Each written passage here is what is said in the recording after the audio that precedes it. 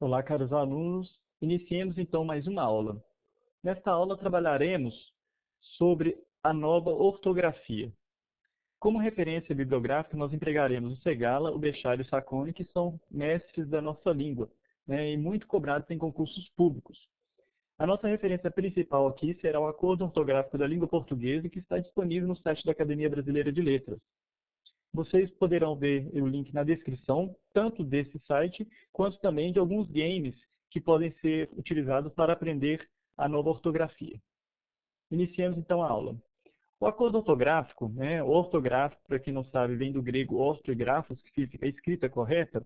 Esse acordo foi assinado em Lisboa em 16 de dezembro de 1990, e foi aprovado pelo Congresso Nacional em 94.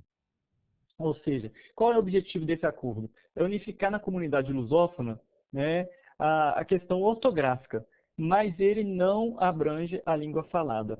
Ou seja, continua tendo a peculiaridade de cada local, de cada região.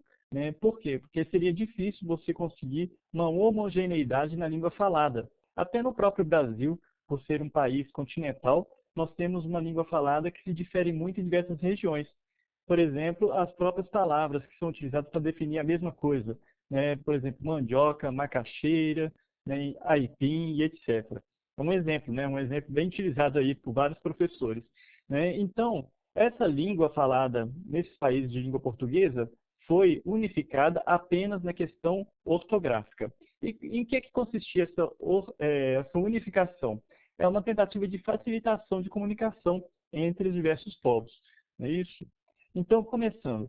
Primeira modificação. Na verdade, nem é bem uma modificação, gente. Vocês vão ver aqui durante esse vídeo que as modificações que foram implantadas, muitas delas já eram utilizadas no próprio Brasil.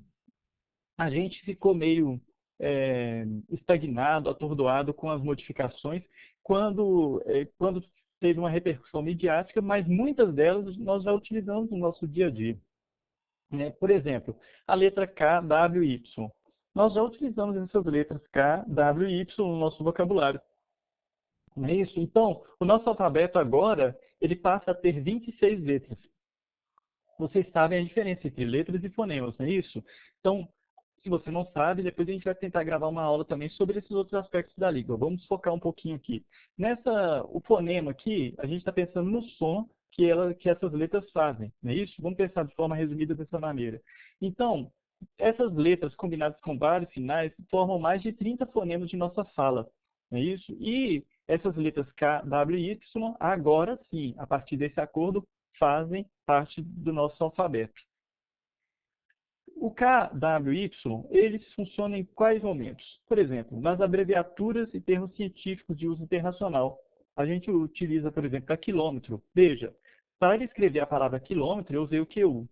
Mas, para simbolizar, eu coloquei KM. Por quê? Porque é um símbolo internacional. A mesma coisa o potássio. Eu utilizei o K por ser a expressão latina. O K representa a letra do latim. E W também para representar o oeste e assim por diante. Não é isso? Agora, a gente também utiliza o KWY em palavras estrangeiras não aportuguesadas. Por quê? Porque a gente já portuguesou algumas. Eu dei o exemplo do quilômetro, não é isso? Mas tem palavras que ainda se utilizam da nomenclatura estrangeira, Por exemplo, kart, smoking, show, hobby, etc. Então, nessas palavras estrangeiras que não foram aportuguesadas, é comum utilizar essas letras, o K, o W e o Y. Também em nomes estrangeiros não aportuguesados e seus derivados. Por exemplo, Kant, o filósofo Kant, kantiano, a pessoa que é adepta da filosofia de Kant, Byron, byroniano, Newton, newtoniano, etc. Nós não utilizamos o K, o W e o Y nas palavras que já estão aportuguesadas. Por exemplo, a palavra whisky, a palavra York, a palavra iate, a palavra sanduíche, a palavra jockey. Vocês lembram que aqui nós escrevíamos anteriormente o whisky com W-H-I, e aqui era com K e Y, não é isso? Vocês lembram que York era com Y, iate também, sanduíche tinha um W, jockey era com K e assim por diante, não é isso? Na transcrição de etnônimos, nós também não costumamos utilizar o Y, Camaiurá, Caiabi, Uaiká, mas existem alguns etnólogos que utilizam o Y, né? No caso aqui, Camaiurá, veja que eu ainda acabei cometendo equívoco e colocando aqui, né? Exatamente por isso, porque alguns etnólogos, eles acabam utilizando esse Y, né? Eles utilizam o W, etc. Então, não é o K também, no caso do AEK, não é errado, né? Não se trata necessariamente de um erro, mas se trata de uma convenção, mesmo porque são expressões mais típicas nossas, né? Da nossa região, por exemplo, das tribos indígenas, etc. Né? A questão do uso do trema ficou claro para todo mundo que acabou. Não existe mais trema. O que era o trema? Um sinal diacrítico que foi abolido. O que é um sinal diacrítico? Ele era principalmente para quê? Para você mostrar que o U era pronunciado. O que é diacrítico?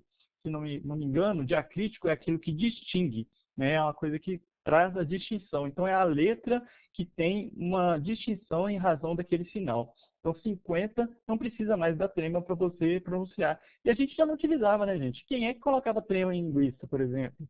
Né? Em sequestro, frequência, né?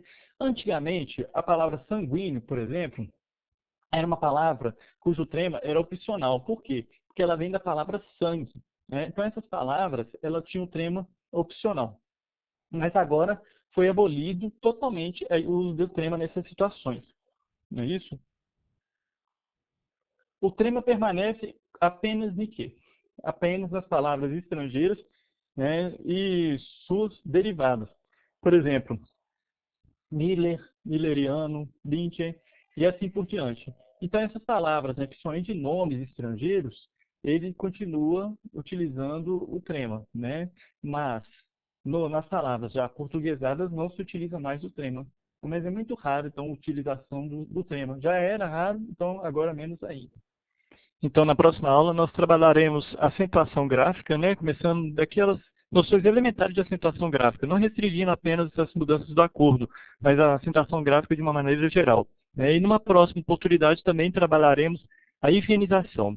Obrigado pela atenção. Se você tiver alguma dúvida, alguma sugestão, pode deixar nos comentários ou me enviar um e-mail, que eu respondo com o maior prazer. Obrigado.